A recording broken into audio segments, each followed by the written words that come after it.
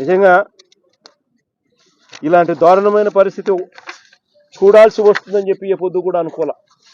చంద్రబాబు నాయుడు గారి హయాంలో ఈరోజు అలాంటి దారుణమైన పరిస్థితి వస్తూ ఉంది. ప్రతి విషయంలోనూ చంద్రబాబు నాయుడు గారు ఇటువంటిది ఏదైనా జరిగినప్పుడు డ్రామా చేస్తాడు. వెంటనే చేసేస్తాము, వెంటనే 10,000 మంది రైతులతో ఫోన్లో మాట్లాడాడంటాడు. వెంటనే ఇదిగో చేసేస్తున్నామని అంటాడు. మొన్న ఏమంటాడు, ఉల్లి రైతుకి ఏమంటాడు, ఉల్లి రైతుకి ఏమన్నాడు,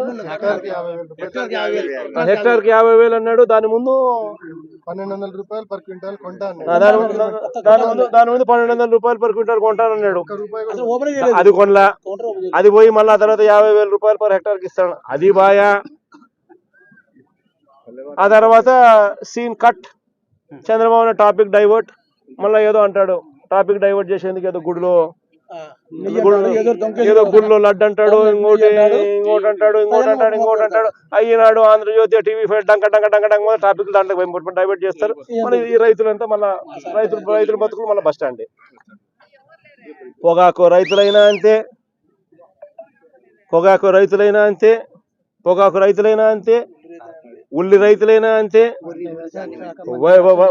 వరి పరిస్థితి అంతే, చీనీ రైతులైనా అంతే, అరటి రైతులైనా అంతే, టమాటో రైతులైనా అంతే. అది ఏ పంటలకు కూడా గిట్టుబాటు ధర రాకపోయినా కానీ ఈనాడు, ఆంధ్రజ్యోతి, టీవీ5, దొంగల ముఠ వీళ్ళంతా కలిసి రాష్ట్రాన్ని లూటీ చేస్తారు.